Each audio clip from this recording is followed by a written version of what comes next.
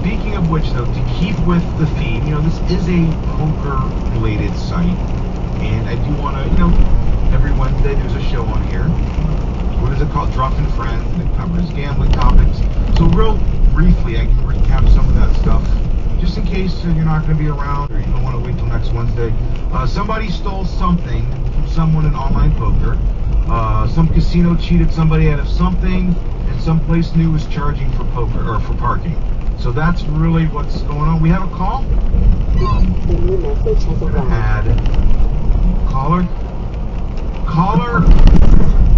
from the 915. You're on the holiday edition of PFA Radio. Who are we speaking with? Toilet. Thank you for calling. We have a request for another pre-roll. Thank you for the 915. For another tournament? Poker tournament?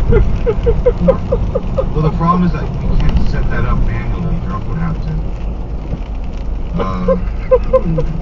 Yeah, we've specifically budgeted this money for radio shenanigans.